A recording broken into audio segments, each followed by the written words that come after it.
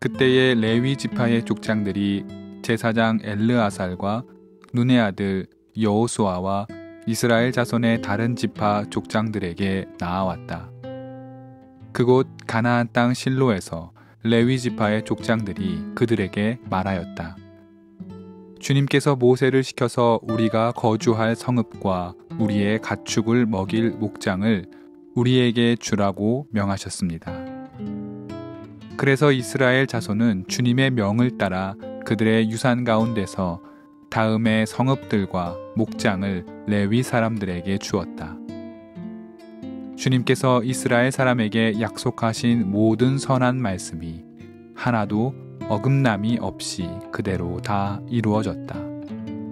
여호수아 21장 1절과 3절, 45절 말씀. 가나안 정복을 마친 여호수아는 각 지파별로 제비를 뽑아 그들이 유업으로 받게 될 땅을 모두 분배했습니다. 땅 분배를 마친 후 주님은 실수로 사람을 죽게 한 이들이 일정 시간 피할 수 있는 도피성을 지정하셨고 여호수아는 요단강 서쪽과 동쪽에 자리를 마련했습니다. 오늘 우리의 본문은 그 이후 땅을 기업으로 받지 못한 레위 자손의 거처에 대한 논의를 담고 있습니다. 레위 자손은 여호와 하나님을 그들의 기업으로 받았기에 땅을 유업으로 받지 못했습니다. 레위 자손은 그 대신 일평생 하나님을 섬기며 제사장 업무를 수행했습니다. 특히 레위의 세 아들 고핫, 게르손, 무라리 가운데 고핫의 자손 가운데 아론이 나왔고 우리가 잘 알다시피 아론은 모세를 도와 출애굽의 지도자가 되었습니다. 아론 자손은 그 이후 대대로 제사장으로 봉직하며 실로를 비롯한 중앙성소에서 성직 임무를 담당했습니다. 나머지 레위 지파 후손들도 그와 비슷하게 이스라엘 전역에 퍼져 살며 하나님의 특별한 사명을 감당했습니다. 이들 레위 지파의 후손은 자신의 이름으로 된 땅을 유업으로 받지 못했기에 다른 어느 지파의 후손들보다 형편이 어려웠습니다. 거주할 땅이 없었기 때문에 소출을 통한 이익을 얻을 수 없었고 안정적인 주거를 보장받기도 어려웠습니다. 레위 지파는 상대적으로 더 가난했고 거할 것 없이 지파간을 떠돌기도 했습니다. 신명기와 민수기 등 오견 문헌 곳곳에 레위 사람에 대한 관심과 보살핌을 명심하라는 주님의 말씀이 자주 등장하는 이유도 이에 근거합니다. 이렇듯 땅을 유업으로 받고 지파 간 결속을 통해 강한 유대를 형성한 다른 지파들과는 달리 레위 지파는 가나안 땅 정착이 마무리되는 지금에 이르기까지 힘겨운 삶을 살고 있었습니다. 이들의 고단한 삶의 신음소리를 주님께서 들으셨던 것일까요? 주님은 레위 지파에게 각 지파의 땅 가운데 일부를 너희들이 살 수 있는 곳으로 주겠다 모세에게 약속한 그 말씀을 기억하게 합니다.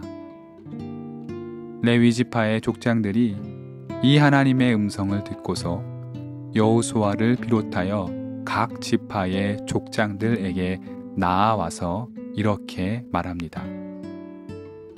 주님께서 모세를 시켜서 우리가 거주할 성읍과 우리의 가축을 먹일 목장을 우리에게 주라고 명하셨습니다.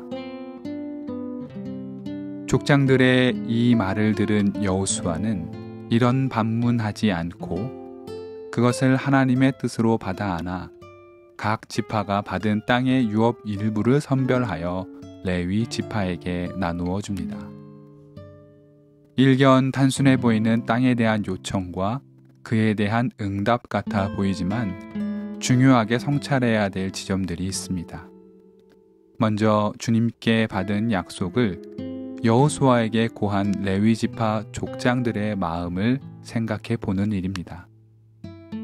앞서 언급했다시피 레위 지파는 그 지파의 숙명으로 모든 자손이 땅의 유업에서 제외되어 오로지 하나님의 일을 섬기는 제사장 또는 제사 업무를 돕는 일을 맡았습니다. 그들은 가난했고 삶이 어려웠습니다. 비록 어려움을 살피신 주님께서 땅의 일부를 주신다 했지만 이 요청 자체를 자신들의 최고 지도자와 다른 지파의 족장들에게 이야기한다는 것은 결코 쉬운 일이 아니었을 것입니다. 마치 성직에 봉사하는 이들이 땅과 목장이라는 재산과 물질을 탐하는 것처럼 보일 수도 있었기 때문입니다. 레위 지파의 족장들은 분명히 고민했을 것입니다. 마치 오늘날 열악한 상황에서 주님의 일을 하는 현대의 성직자들이 생계에 대해 뼈저린 고민과 어느 정도 닮아 있는 듯한 생각마저 듭니다. 족장들이 고민 끝에 지도자 여호수아에게 땅을 조금 달라 요청했습니다. 그 부탁으로 말미암은 열매와 결실은 어쩌면 자신들에게 돌아오는 것이 아니라 자신들의 자식 세대, 즉, 이 일을 언제까지라도 이어나가야 할 자신들의 후속 세대의 것임을 레위 지파 족장들은 알고 있었을 것입니다. 그러니까 우리는 참을 수 있어도 우리의 다음 세대가 하나님의 일을 온전히 이어가려면 최소한의 땅과 목장이 있어야 할 것이라는 결단이 족장들로 하여금 마음의 부담을 딛고서라도 여호수아에게 땅을 부탁하는 데 이르렀을 것입니다. 그 마음이 참 귀하고 생각해 볼 만한 지점이 많습니다. 다음은 여호수아와 타 지파 족장들의 반응입니다. 여호수아는 땅을 요구하는 레위 사람들을 의심하거나 자신이 따로 하나님께 이 일을 여쭙지 않고 레위 지파 족장들의 말을 의심 없이 그대로 신뢰하였습니다. 그리고 다른 지파의 족장들 역시 땅의 일부와 목장을 내어달라는 여호수아의 말에 어떠한 반대 의견 없이 그대로 따랐습니다. 이스라엘 지파가 땅을 얻기 위해 지불한 대가가 결코 작지 않음을 모두가 알고 있기에 이들이 한 선택은 참으로 귀합니다. 어쩌면 땅을 일부 떼어주는 일이 마음에 들지 않았던 지파원들도 분명히 있었을 것입니다. 그러나 이스라엘 각 지파는 자신들의 동족 지파, 특히 하나님의 일을 하느라 수고하고 애쓰며 자신들의 땅이 없어 재산을 갖출 수도 없는 이들의 노고와 고단함을 결코 모른 채 하지 않았습니다. 자신들의 가장 귀한 재산, 땅의 일부를 아낌없이 내어준 모습을 통해 이스라엘 공동체의 결속을 엿볼 수 있습니다. 비록 땅을 유업으로 받지는 못했으나 레위 지파는 각 지파가 그들의 땅 일부를 내어줌에 따라 비로소 이제야 완전한 의미의 땅 분배가 마무리되었습니다.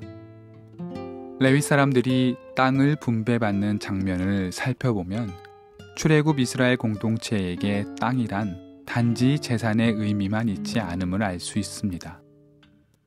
이스라엘의 땅, 곧 하나님이 다스리는 땅에는 거처 없이 떠돌거나 가난한 사람이 있어서는 안 되며 어려운 이들의 삶을 서로가 책임져 주어야 한다는 하나님의 의지가 담겨 있습니다.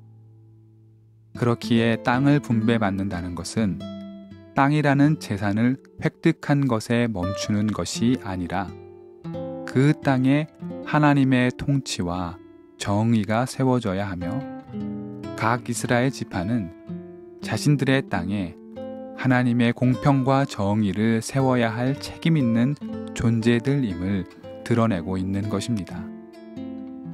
땅에 자신들의 살 곳을 세우고 그 위에 하나님의 정의를 세우는 것이 바로 가나안 땅 입성의 궁극의 목표인 것입니다.